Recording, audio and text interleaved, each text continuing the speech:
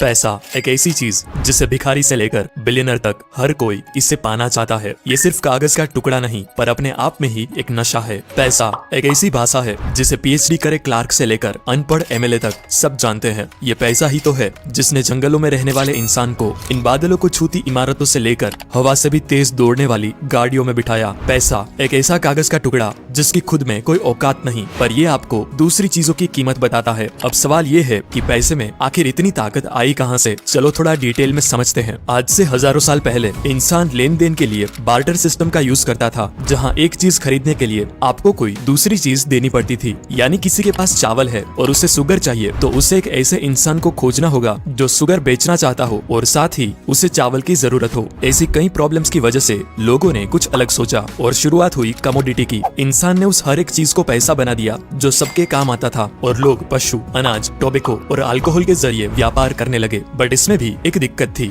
इस बात का पता लगाना बहुत मुश्किल था कि मेरे पास जो चीज है उसकी सही कीमत क्या है। और कमोडिटी वक्त के साथ खराब भी हो जाया करती। खरीदे जानवर मर जाते, अनाज सड़ जाता। अब इंसान को कोई ऐसी चीज चाहिए जो यूनिवर्सल हो और शुरुआत हुई सोने और चांदी से बने सिक्कों की। लेकिन इस दो टांग वाले जीव को इसमें भी प्रॉब्लम थी, क्योंकि वो वजनदार सोने को लेकर घूमना फिरना और साथ ही चोरी का डर। तो कुछ सुनार और दूसरे लोगों ने मिलकर एक उपाय निकाला। उन्होंने लोगों से कहा कि तुम अपना सोना हमारे पास रख दो, हम उसे संभाल कर रखेंगे। बदले में वो सुनार उसे कागज का टुकड़ा दे देता जिसमें लिखा होता कि मेरे पास आपका इतना सोना रखा हुआ है, जिसे IOU कहा जाता। IOU मतलब कि मैं तुम्हारा कर्जदार हूँ, जिसे दिखाकर लोग कभी भी अपना सोना वापस ले जा सकते। सबको ये आइडिया काफी अच्छा लगा और लोगों ने अपना सोना उसके पास रखना स्टार्ट कर दिया। लेकिन फिर कुछ टाइम बाद सुनार लोगों को रियलाइज हुआ कि ये सिस्टम बनाने के बाद ऑलमोस्ट कोई भी इंसान अपना सोना लेने वापस आता ही नहीं और सब बस उस रसीद के जरिए ही व्यापार करने लगे थे, क्योंकि सबको यकीन हो गया था कि रसीद है मतलब सोना भी होगा ही। अब ये चीज समझने के बाद सुनार लोगों को लालच आ गई। अब उनके हाथों से बनी रसीद ही पैसा बन गया था, इसीलिए उन्होंने फर्जी रसीदें बनाना स्टार्ट कर दी। उनके पास तो सोना होता भी नहीं था, लेकिन फिर भी वो ज्यादा रसीदें बनाते जाते। ऐसे स्टार्ट हुआ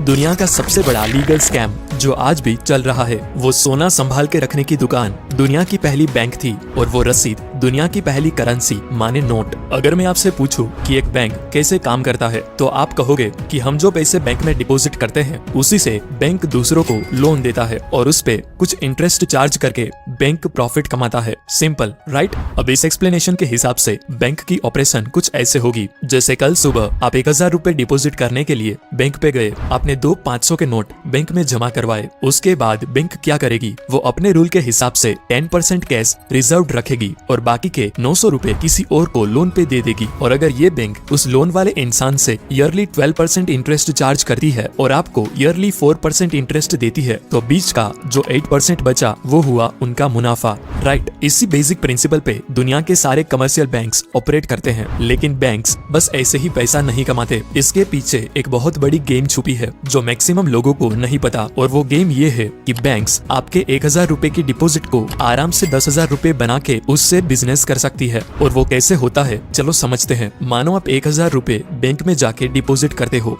बैंक अपने रूल के हिसाब से 10% कैश रिजर्व रखेगी और बाकी के 900 रुपए किसी को लोन पे दे देगी। पर ध्यान से देखिए यहाँ हुआ क्या। आपको अपने पैसे डिपॉजिट करने के बाद अगर आपका बैलेंस चेक करोगे तो आपको वो ही 1000 रुपए दिखाया जाएगा। और इधर जिस इंसान ने लोन के लिए अप्लाई किया था और बैंक ने उसे लोन दिया, वो भी अपना बैलेंस चेक करेगा तो उसको भी 900 रुपए दिखाई देंगे। इसका मतलब आप दोनों के हाथों में 1000 और 900 रुपए की परचेजिंग पावर है, जबकि एक्चुअली उस बैंक के पास बस 1000 रुपए ही कैश है। मतलब उस बैंक ने बस अपने कंप्यूटर पे कुछ नंबर्स टाइप करके मार्केट में एक्स्ट्रा 900 रुपए की करेंसी क्रिएट कर दी, जो कि ऑफ कोर्स वर्चुअल है, क्योंकि उसे बैक करने के लिए कोई कैश तो है नहीं। और ये खेल सिर्फ यहाँ खत्म नहीं होता, ये बहुत आगे जाता है। जैसे जिस इंसान ने 900 रुपए का लोन अप्लाई किया था, उसने ऐसे ही तो लोन अप्लाई नहीं किया होगा, उसे भी वो 900 रुपए कुछ खरीदने के लिए चाहिए होंगे। और जब ये पैसा खर्च करेगा तो ये पैसा सिंपली उसके अकाउंट से ट्रांसफर होके किसी और के अकाउंट में जाके डिपॉजिट हो जाएगा और बैंक फिर से इस 900 रुपए का 10% रिजर्व रखेगा और बाकी के 810 रुपए फिर से किसी और को लोन पे दे देगा। ऐसा करते करते एक बैंक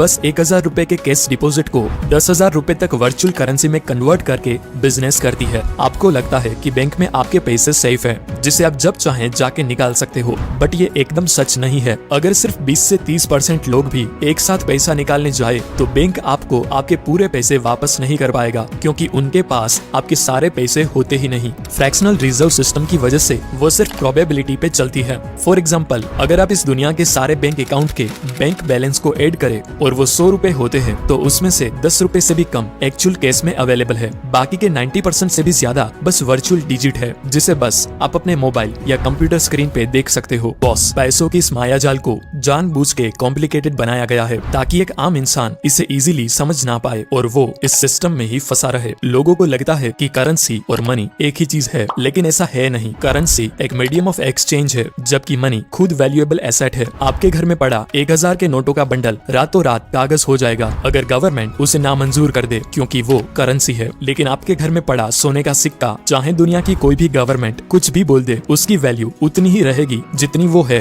देखो बॉस, दूसरे इन्फ्लुएंसर्स आपको जो भी बोले कि गोल्ड बॉन्ड्स खरीदो, डिजिटल गोल्ड लो, गोल्ड के ETF में पैसा लगाओ, ये करो वो करो, वरना फलाना टैक्स लगेगा, ठिकाना टैक्स लगेगा, मैं कहूंगा रियल गोल्ड भी खरीदो, क्योंकि लाइफ के कुछ डिसीजंस टैक्स के आधार पर नहीं लिए जाते। अब आपके पास कहां 500,000 करोड़ है कि आपको 2-4% टैक्स की भी फिक्र करनी पड़े। और सच तो ये है कि पेंडेमिक के टाइम रियल माल ही काम आता है। आप किसी को अपना गोल्ड बॉन्ड का सर्टिफिकेट दिखा के पूरे साल का राशन नहीं खरीद सकते, लेकिन घर में पड़े सोने का एक छोटा सा हिस्सा फेंक के पूरे साल का बंदोबस्त किया जा सकता है। ये कागज सिर्फ भरोसा है और भरोसे पे ही दुनिया कायम है।